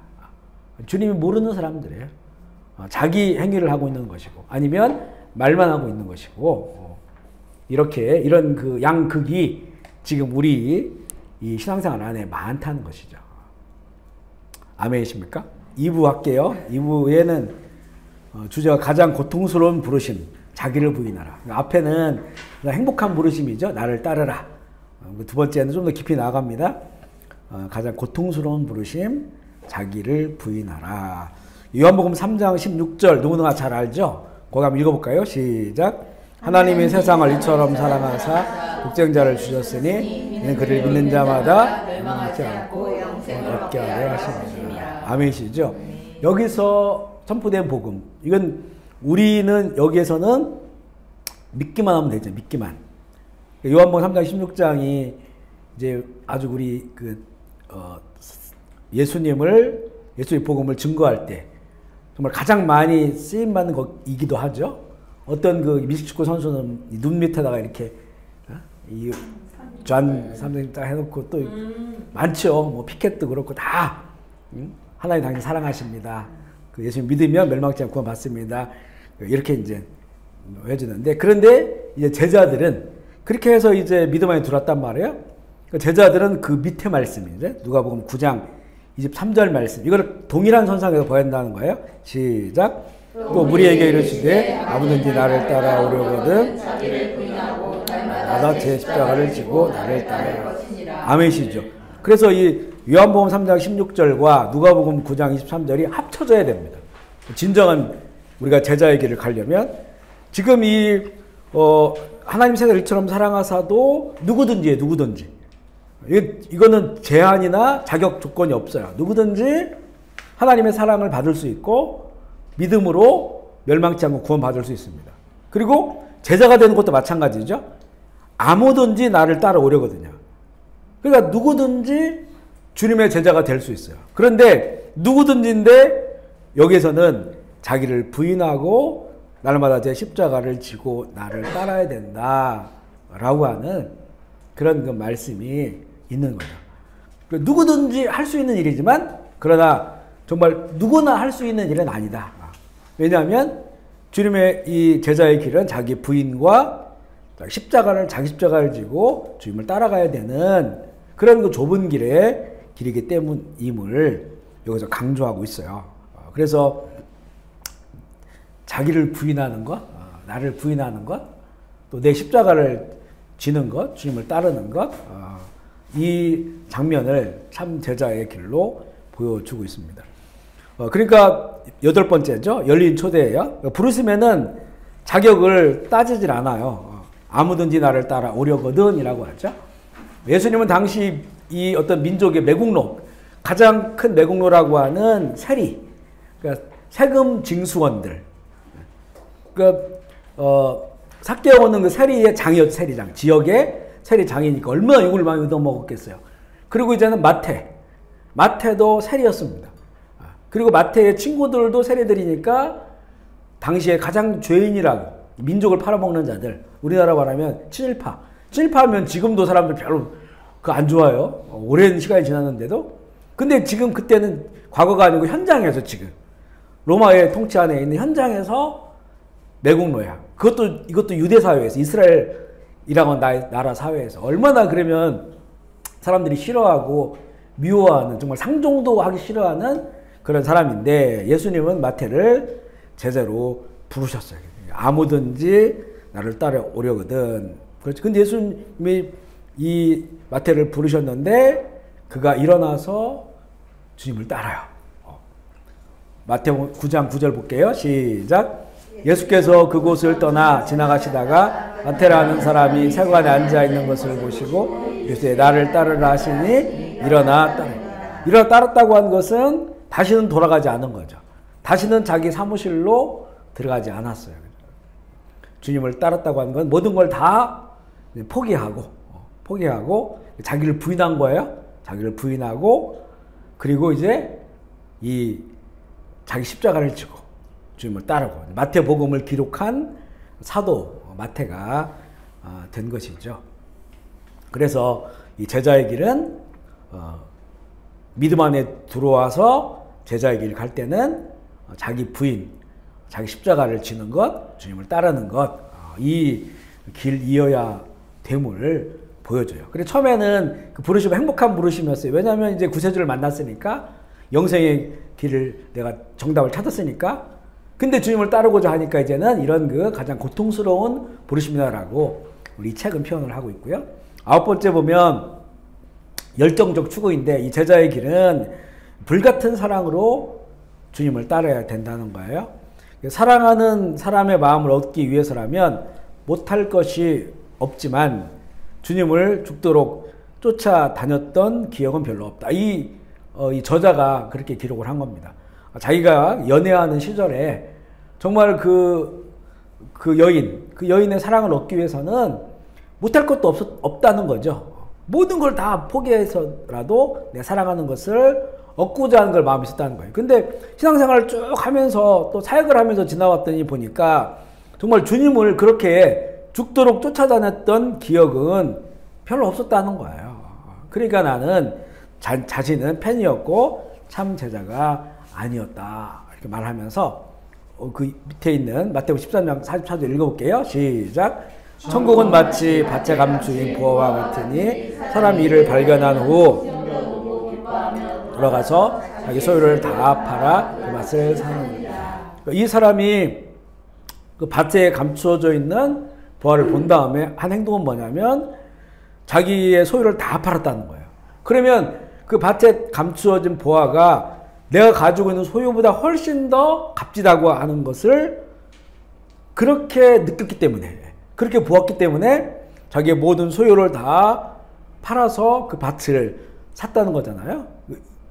이 비유를 통해서 알 수 있는 것이, 우리가 정말 제자의 길, 주님을 따라가는 그 길이 내 인생의 가장 값진 것이다, 어떤 것과도 비교 불가능한 것이다 라고 하는 그 가치에 관한 확신, 이게 없으면 제자의 길을 갈 수 없다는 거죠. 그게 가장 가치 있는 것이, 가장 의미 있는 것이기 때문에, 그렇기 때문에 나를 부인할 수도 있고 나의 십자가를 질 수도 있고 결국 그것을 얻기 위하여 그 길을 갈 수 있다는 거예요. 그래서 우리가 하나님 우리를 사랑하시고 또 예수 그리스도를 통하여 우리 죄사함 통해 우리를 부르시고, 그리고 이제는 영생을 예비해 두신 이 하나님의 그 사랑, 그 하나님의 사랑을 정말 이 영원토록 내 삶에서 가장 귀하고 가장 특별하고 가장 값진 것이라고 하는 그런 이 믿음, 그리고 이런 그 확신이 없으면 이거는 이렇게 할 수가 없다는 거죠. 할 수가 없어요. 뭐 내 거 일부분만 갖다가 팔아서 그 밭을 산다든가. 그런데 이 예수님이 말씀하신 건 그게 아니에요. 전부를 다 팔아가지고 그거보다 훨씬 더 값지고 가치 있는 그런 길이 바로 예수의 제자로 살다가 영원한 하나님의 사랑의 나라에 들어가는 것에 대한, 이것에 대한 확신이 있어야 된다는 거죠. 그러니까 우리에게 참 이거는 도전을 주는 거예요. 우리가 지금 꿈꾸고 있는 것, 그리고 지금 그 비전을 가지고 살아가고 있는데 이 길이 정말 그 어떤 것하고도 비교할 수 없는 그런 길을 내가 걷고 있느냐라고 하는 것에 확신이 있어야 된다는 것이죠. 저는 어렸을 때부터 이제 저희 일남 삼녀거든요. 딸이 있고 아들 하나니까 당시의 문화에는 너무나 자연스럽게 목사가 되는 거에 대해서 이렇게 좀 세뇌가 됐어요. 세뇌가. 주변에서 다 그렇게 얘기하고 저는 다른 길을 생각해 보지 않았거든요.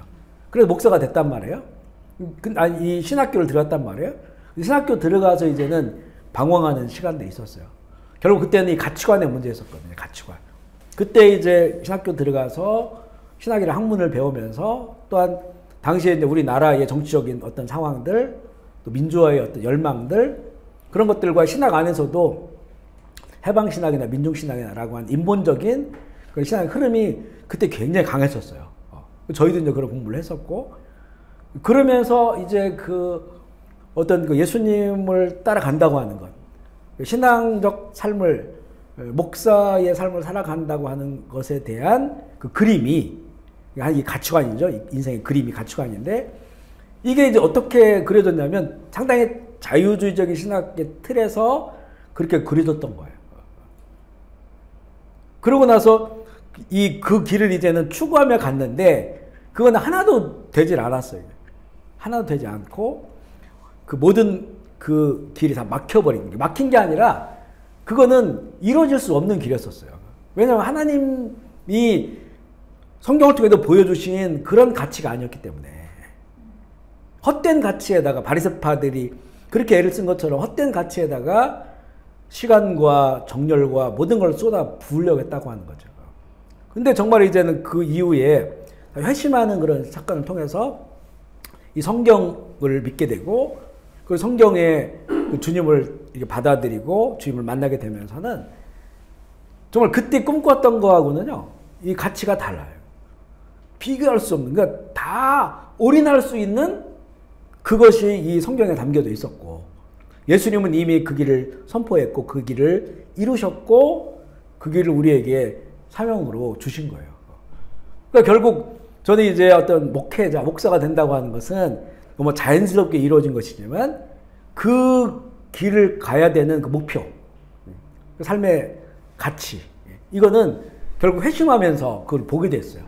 그걸 보게 되니까 이제는 다른 거는 정말 그렇게 크게 이렇게 좀 특별하거나 그리고 중요하거나 이렇게 여겨지질 않아요. 우리 삶을 살면서 여러 어떤 관계도 있고 또 어떤 소망하는 것도 있지만 이런 것들은 그렇게 어떤 이 하나 천국의 가치, 이 천국의 가치가 우리를 제자로 살아가게 하죠.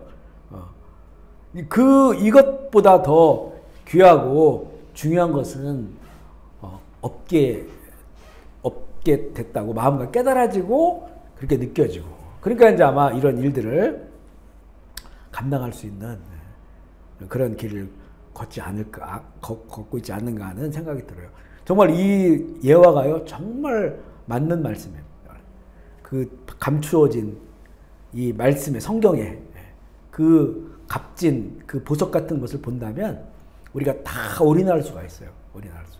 우리 좀 최근에 이제 지옥 얘기했고 천국 이야기했고 이렇게 나누면서도 이게 좀 뭐랄까요? 뭐 생생하진 않지만 이게 보여요. 그 보이니까 방향이 거기에 맞춰져 있는 거죠. 이게 얼마나 이게 예수님이 이 말씀은 천국에 대한 얘기잖아요. 천국에 대한. 보이니까 그 길을 향해서 꾸준히 나아갈 수 있고 다른 가치에 빠지질 않아요. 다른 것들. 물론 우리의 삶에 보면 격가지들이 있거든요. 격가지. 근데 얼마나 이건 선택할 수 있는 거예요. 버릴 수도 있고 취할 수도 있는 거. 그 중요한 가치들이 아니라는 거죠. 그런데 이제는 이 하나님 나라의 가치는 영원한 것이고, 그리고 이 세상의 가치와는 비교할 수 없는 거라고 이제 인식되어지고 믿어지니까 이제 이 길을 갈 수 있는 힘이 생기는 거죠. 요한 1서 4장 19절 말씀 읽어볼까요? 시작. 우리가 사랑함은 그가 먼저 우리를 사랑하셨으니. 아멘이시죠? 주님의 하나님의 사랑은 자기의 생명을 쏟아 부으신 사랑이에요. 이 생명의 가치가 어마어마하죠. 하나님의 사랑의 가치가. 그것을 우리가 받아들이고 그것을 안다면 우리도 그 불같은 열정과 그 사랑으로 주님의 길을 갈 수 있는 이게 동기, 힘이 된다는 거예요. 10번째는 이제 완전한 포기예요. 가면 갈수록 좀 더 말이 세지죠? 완전한 포기. 인생의 근사한 권리들을 모두 포기하라. 이렇게 말하고 있어요. 마태복음 19장 21절 시작. 예수께서 이르시되 내가 온전하고자 할 때인데 그래서 내 소유를 팔아 가난한 자들에게 주라. 그리하면 하늘에서 보아가 내게 있으리니 그리고 와서 나를 따르라 하시니. 여기 전에도 이제 한번 이런 거 나온 적이 있었는데 여기 부자 청년이에요. 이 사람 명함이 어떻게 했어요? 부자, 그리고 청년, 젊다, 그리고 관원, 당시 관원, 권력, 권세도 있어요. 그리고 율법을 다 지켰어요. 얼마나 거룩한 청년입니까? 청년이지만 존경받는 정말 흠이 없는 그런 청년이에요. 자기 명함에 이걸 쭉 적어놓으면 정말로 어디를 가나 인정받고 사람들이 좋아하는 그런 그 사람이었죠. 근데 그가 이제는 예수님께 영생을 물어보잖아요. 그러니까 자기의 어떤 그 명함에 영생의 길을 가고 있으면 이렇게 쓰고 싶어서인 거예요. 왜냐하면 그 명함이 너무 좋잖아요. 이게 너무 근사해요. 자기 삶이. 근데 마지막 하나 부족한 게 뭐냐면 확신이 없어. 영생의 길을 가고 싶은데 율법 다 지키면 간다고 하는데 이게 지금 예수님의 하시는 말씀을 보니까 그 율법을 다 지킨다고 되어지는 것이 아니라고 하는 게 느껴지니까 주님께 와가지고 영생을 물어보는 거예요. 그 영생을 물어본다는 것 자체도 얼마나 근사한 인생입니까? 이렇게 잘 살고 부자고 권력이 있는데 그가 눈에 보이는 것이 아니고 영생을 추구한다는 거예요. 구도자야. 너무 멋지죠? 그 밑에 영생을 추구한 사람이라고 적어놓고 싶고 명함 밑에다가 영생의 길을 가고 있다라고 적어놓고 싶었던 거죠. 그것만 있으면 너무 완벽하죠? 근데 예수님이 뭐라고 말씀합니까? 네가 그 추구하는 정말 영생의 길을 가기를 원하느냐? 그러면 네 가지고 있는 그 재산을 다 팔아서 가난한 자들에게 나눠주고 나를 따르라. 그러면 이게 뭐냐면 여기 방점은 나를 따르라는 거라겠죠? 따르라. 선행을 하라는 것이 아니에요. 이 사람이 가지고 있는 모든 재산을 가난한 자에게 다 나눠준다? 거기까지도 박수를 받는 삶이에요. 거기까지도. 이렇게 부자고 그 권력은 또 가지고 있으니까. 그런데 나를 따르라고 했을 때는 그동안 내 명함에 있는 걸 다 지우라는 거예요. 그게. 내 삶에 정말 근사했던 거 있잖아요. 근사했던 거. 이걸 다 지우라는 거예요. 나를 따르라는 그 말이. 그러니까 결국에는 이 젊은이가 근심하면서 돌아가요. 내 인생을 근사하게 했었던 그거를 포기할 수가 없어요. 포기할 수 없어요. 물론 그 사람이 다시 돌아왔는지는 성경은 기록하지 있지 않으니까 모르겠지만 내가 나를 포기할 수 없는 그 근사한 것들이 내 인생 가운데 있는 거예요. 그게 이제는 참된 제자의 삶을 포기하기가 어려운 것이죠. 어렵다. 제자는 자신을 부인하고 예수님을 따르기로 매일마다 선택하는 사람들이에요. 자신의 전부를 잃는다 할지라도 매일마다 자기의 것들을 포기하고 주님을 선택하는 그런 사람이다. 11번째는 보면요. 날마다 헌신돼요. 죽고 또 죽으라. 편안하게 십자가를 짊어질 방법은 없습니다. 십자가라는 것 자체가 편안하게 짊어질 수가 없는 거고 예수님을 따르기로 결심한 것은 때때로는 참을 수 없으리만큼 고통스러운 십자가를 감내하기로 결심하는 거죠. 사형수를 뭐라고 말하냐면 걷고 있으나 죽은 사람이라고 표현한대요. 언제 죽을지 모르죠, 사형수가. 그러니까 자기 십자가를 지고 십자가라는 것 자체가 이거는 내가 그 달려서 죽는 도구예요, 그게. 그러니까 내 십자가를 짓는다고 하는 것은 언제 죽을지를 모르는 하지만 걷고 있는 그런 사형수와 같은 그런 존재라고 하는 것이죠. 그런 존재다. 우리 고린도전서 15장 31절 말씀 읽어볼까요? 시작. 형제들아 내가 그리스도 예수 우리 주 안에서 너희에게 대한 나의 자랑을 두고 단언하노니 나는 날마다 죽노라. 사도 바울이 그것을 지금 경험하고 있는 거예요. 내가 날마다 죽지 아니하면 나를 부인하고 나의 십자가를 진다고 하는 것이 안 되는 거죠. 나는 날마다 죽는다고 하면 날마다 그 선택을 하는 거예요. 지금 선택. 이 길이 편한 길이 있고 좋은 길이 있고 잠시 주님을 떠나고 근사한 삶을 살 수 있는 길인데 그게 우리 삶 가운데 꾸준히 그게 따라오거든요. 그거를 그때그때마다 포기하는 거예요. 날마다 내가 죽는 거예요. 죽고 계속해서 제자의 삶을 살아가는 겁니다. 그래서 십자가가 이렇게 달라져요. 패배를 상징하는 십자가가 제자에게는 승리의 상징이라네. 죄책감을 상징하는 십자가가 제자에게는 은혜의 상징이라네. 유죄를 상징하는 십자가가 제자에게는 자유의 상징이라네. 고난과 고통을 상징하는 십자가가 제자에게는 치유와 소망의 상징이라네. 죽음을 상징하던 십자가 제자에게는 생명의 상징이라네. 흉물스럽게 보이는 십자가 제자에게는 그렇게 아름다울 수가 없다네. 아멘이시죠? 사실 우리에게는 십자가가 일단은 처음부터 이미지가 좋은 이미지로 와 있어요. 우리는 그렇지 않아요? 우리 늘 뭐 태어나서부터 십자가를 보고 좋은 이미지, 예수님 나를 위해 죽으셨구나, 죄사함, 그런 구원의 이미지로 우리에게 다가오거든요. 근데 이 로마 시대에 사는 사람들, 앞서도 얘기한 것처럼 이 사람들에게 십자가는 참혹한 거예요. 이게 좋은 게 하나도 없어요. 이 십자가는 참혹한 죽음밖에 없는 거죠. 그런 그런 걸 상징하는 십자가인데 이제 제자에게는 이것이 이렇게 아름다운 것이고 그리고 승리를 주신 것이고 죄에서 자유를 주시는 것이고 이렇게 달라져요. 그래서 그 밑에 그 구절의 의미가 있어요. 고린도전서 1장 18절 시작. 십자가의 도가 멸망하는 자들에게는 그런 것이요 구원받는 우리에게는 하나님의 능력이라. 아멘이시죠? 제자들은 십자가 단단히 붙잡고 가야 되는 겁니다. 십자가. 왜냐하면 예수님은 처음부터 십자가의 길을 향해 항상 가셨고요. 방향 자체가. 그리고 십자가에 달려 죽으셨어요. 그죠? 그것처럼 예수를 따르는 제자들도 자기를 부인하고 자기 십자가를 지고 결국에는 그 하늘의 미래의 땅에 떨어져 죽는 것 같은 그런 그 죽음을 염두에 두고 그것을 벗어나지 않도록 그 길 향해 나가야 됩니다. 3부 마지막 파트인데요. 가장 충격적인 부르심. 와서 죽으라. 처음에는 행복한 부르심. 나를 따르라. 두 번째는 고통스러운 부르심.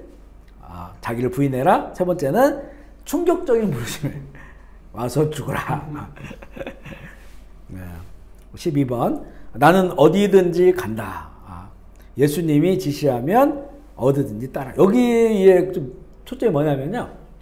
예수님께서 우리를 부르실 때 그 부르심은 우리랑 협의하시는 것이 아니라는 거예요.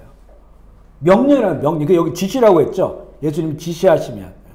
제자는 예수님과 협의하는 관계가 아니고 주님의 지시에 따라서 그 길을 가는 사람이에요. 아멘이십니까? 저는 이 구절에 되게 마음에 좀 이렇게 좀 깊은 생각을 해보게 되는 그런 구절이더라고요. 마태오 8장 19절 20절 시작. 한 서기관이 나와서 예수께 이르되 선생님이여 딸이이다. 예수께서 이르시되 여우도 굴이 있고 공중의 새도 거처가 있으되 인자는 머리 둘 곳이 없다 하시. 이 구절이 좀 이상하잖아요. 왜냐하면 서기관이에요. 서기관. 그동안 서기관이 예수님께 굉장히 책망을 많이 하셨어요. 근데 이 서기관이 예수님이 어디든 가시든지 따라간다는 거예요. 제자들도 그렇게 따라 나섰던 거거든요. 그러면 예수님께서 명확하게 길을 보여주셔야 되는데 뭐라고 말씀하냐면 여우도 굴이 있고 공중의 새도 거처가 있으되 인자는 머리 둘 곳이 없다. 다시 말하면 이게 불명확하다는 거예요. 어디로 갈지. 그러니까 정해진 게 없다는 거죠. 사실 정해진 게 없다는 거에 사람들은 못 따라가요. 이게. 왜냐면 이 길이 딱 보이면 좋은데 그래? 그러면 나와 함께 이 길로 가자. 지금 이런 저 길 말고 이 길로 가면 나를 따르는 거야? 이렇게 말씀해 주면 좋은데 예수님 뭐라고 하냐면 나도 모른다는 거예요. 그죠? 머리 둘 곳이 없다. 어디서 내가 자야 될지 모르겠다. 이거는 주님을 따른다고 하는 거는 불명확하다. 수많은 상황 속에서 그리고 이거는 불안정하다. 뭔가 주어진 게 없다. 이 길이야라고 하는 게 주어진 게 없다는 거예요. 이런 그 길이 바로 주님을 따르는 길이라는 거예요. 그러니까 아무든지 따르겠다라고 제자들 다 고백했어요. 근데 막상 예수님을 따라가려고 보니까 이거는 본인들이 생각했을 때는 그 예루살렘으로 가면서 나는 오른쪽에 왼쪽에 세워달라고 그러잖아요.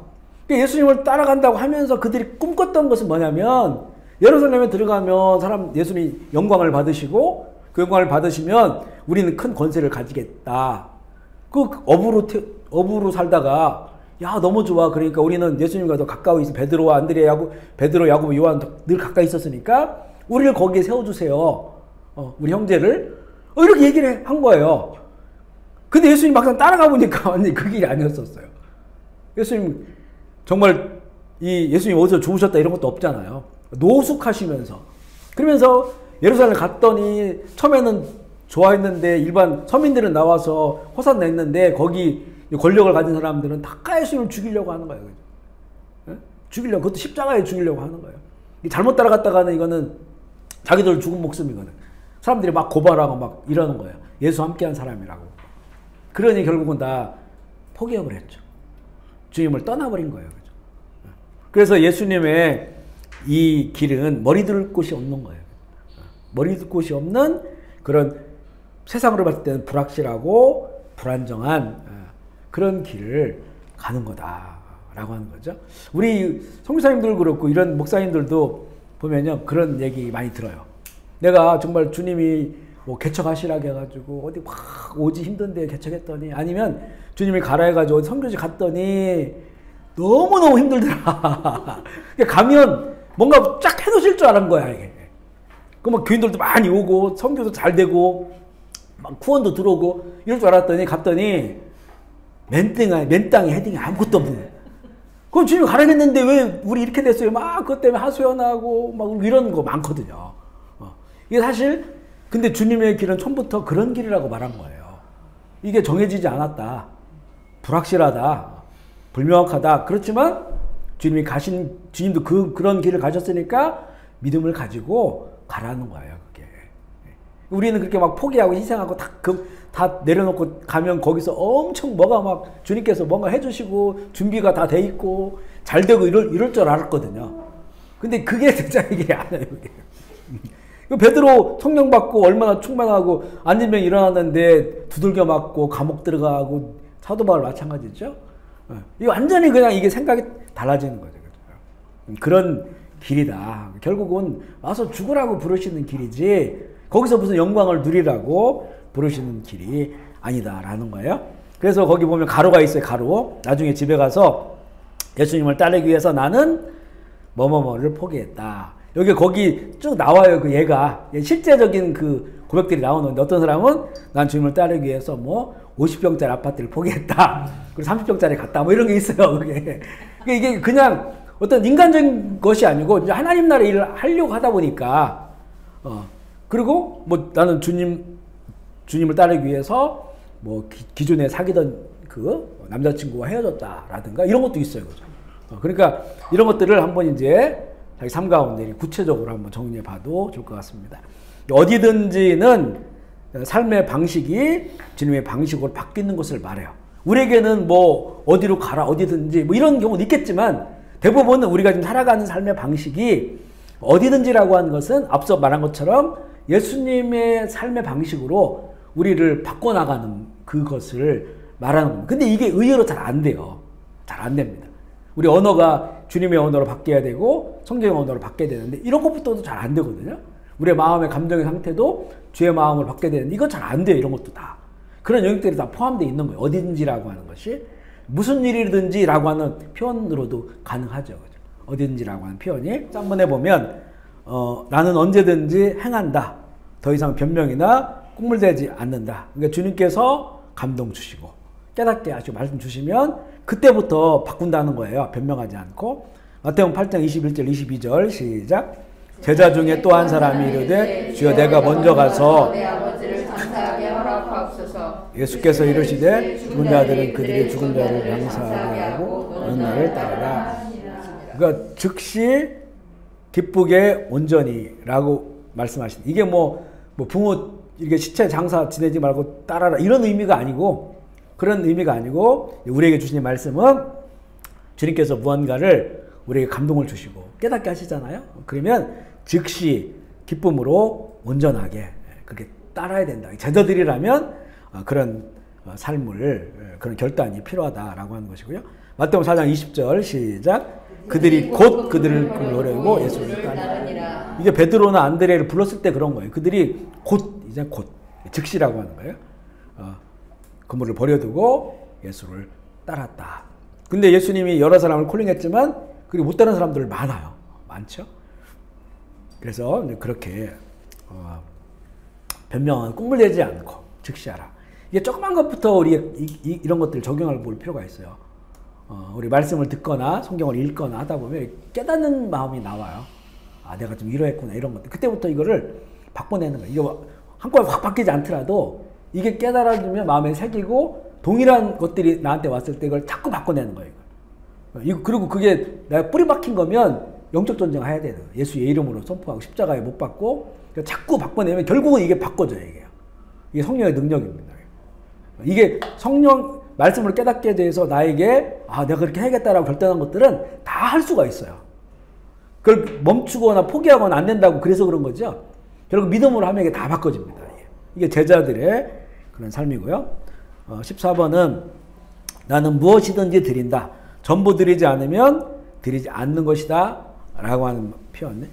누가복음 9장 61절 62절 시작. 또 다른 사람이 이르되 주여 내가 주를 따르겠나이다마는 나로 먼저 내 가족을 작별하게 하소서. 예수께서 이르시되 손에 쟁기를 잡고 이를 돌아보는 자는 하나님의 나라에 합당하지 아니하니라. 손에 쟁기를 잡는 것은 이제 쟁기는 앞에 소가 끌고 가잖아요. 앞에만 쭉 보고 가는 제자의 삶을 말합니다. 근데 자꾸 뒤를 돌아보면 아까운 거죠. 뒤를 돌아봐. 그 소금기둥이 된 그 롯의 아내처럼 이게 거기 재산들이 막 불타고 있으니까 아까 뒤를 돌아보는 거예요. 근데 그렇게 해서는 제대로 제자의 길을 갈 수 없다는. 그러니까 우리 마음이 여기서 우리가 드린다 하면 내 재산 전부 다 드려야 되는 거 아니야? 이렇게 생각할 때가 있는데 이런 그런 의미보다는 우리의 모든 것이에요. 모든 것. 그게 나의 힘, 나의 꿈일 수도 있고 또 나에게 주신 재능일 수도 있고 나의 그 모든 것이 언제든지 주님께서 원하시면 드리고자 하는 그런 마음을 우리의 믿음의 배경으로 가지고 있어야 된다는 거예요. 아멘이시죠? 뭔가 하나, 이것만큼 안 돼? 이렇게 돼 있으면 이게 반쪽이에요, 반쪽. 우리 전에 아브라함 얘기 나눌 때도 얘기했잖아요. 아브라함은 다 드릴 수 있었어요. 이삭이 태어나기 전까지는. 왜냐면 하나님이 다 주셨으니까. 거기 양 수만 마리, 또 종들도 수백 명 데리고 있었대. 사병을 데리고 있었으니까. 무엇이든지 다 드릴 수 있었어요. 땅도 드릴 수 있고 다 드릴 수 있는데, 그런데 100세에 난 그 아들. 하나님은 그거를 드려라라고 말씀하는 거예요. 그래서 내가 99% 다 드리는데 이것만큼 안 됩니다라고 하면 그건 안 드린 것이 된 거예요. 99%도 안 드린 것이 된 거예요, 그게. 그러니까 우리의 마음이 하나님 앞에서 이게 무엇이든지 이게 우리의 재산이든지 우리의 자녀이든지 또 우리의 열정이든지 우리의 재능이든지 우리의 꿈이든지 모든 것 다 어떤 것이라도 주님이 원하시면 주께 드리겠습니다. 이런 마음 가지고 살면요. 우리가 내가 뭔가를 가지고 있는데 주님이 드리라고 하면 빼앗기는 느낌이 들어요. 빼앗기는. 그러니까 참된 제자의 마음이 아니거든요. 근데 내가 다 드리겠습니다라고 했는데 드리는 거는 기쁨으로 드리는 거니까. 기쁨으로. 그런 거는 오히려 있잖아요. 그런 마음 가지고 살면 주님께서 뭘 드리라고 안 합니다. 이미 이 사람은 이게 훈련하느라고 그런 경우가 많거든요. 그 마음을 보시려고 그런 게 많아요. 그 아브라함도 아들을 결국 드리려고 하니까 그 마음을 보시고 믿음을 보시고 의롭게 여기셨다고 그랬단 말이에요. 아들은 그대로 남아 있고 이제 민족 약속을 이루게 되잖아요. 그러니까 그게 하나의 훈련 같은 부분이 많아요. 우리가 우리의 마음에 자꾸 그런 것들에 대해서 집착이 있는지 점검해 보고 모든 것들을 다 전부 드릴 수 있습니다라고 하는 고백들. 그리고 이게 안 되면 드릴 수 있는 마음을 달라고 기도하는 거예요. 성령님이 도와주셔요. 그런 마음으로 살면 빼앗긴다. 그런 얘기 많이 들어요. 하나님께서 뭐 가져가셨어. 내 재산 다 가져가셨어. 우리 자녀 가져가셨어. 막 이렇게. 그러면 이게 좀 한이 맺혀 있는 거 하나님 앞에서. 이게 사실은 교인 신자의 모습 한 면일 수 있겠지만 참된 제자의 모습은 아니에요. 쟤는 처음부터 다 드리고 시작하는 거야. 제자는 다 드리고 시작하니까 뭐 빼앗길 게 없죠. 하나님은 그걸 사용하시는 거지. 하나님 뜻에 따라서. 오히려 그게 다 드린 것 같지만 더 많은 것을 얻게 돼요.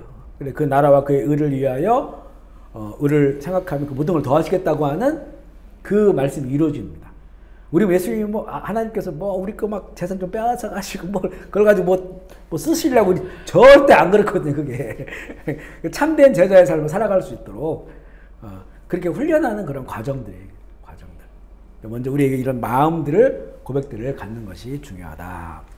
아멘이십니까? 아멘. 네, 오늘은 우리가 팬인가 제자인가 카일 아이들먼의 이 책을 나눴어요. 이게 이제 교회에 꽂혀 있으니까 나중에 보실 분들은 좀 더 자세하게 보셔도 되겠습니다.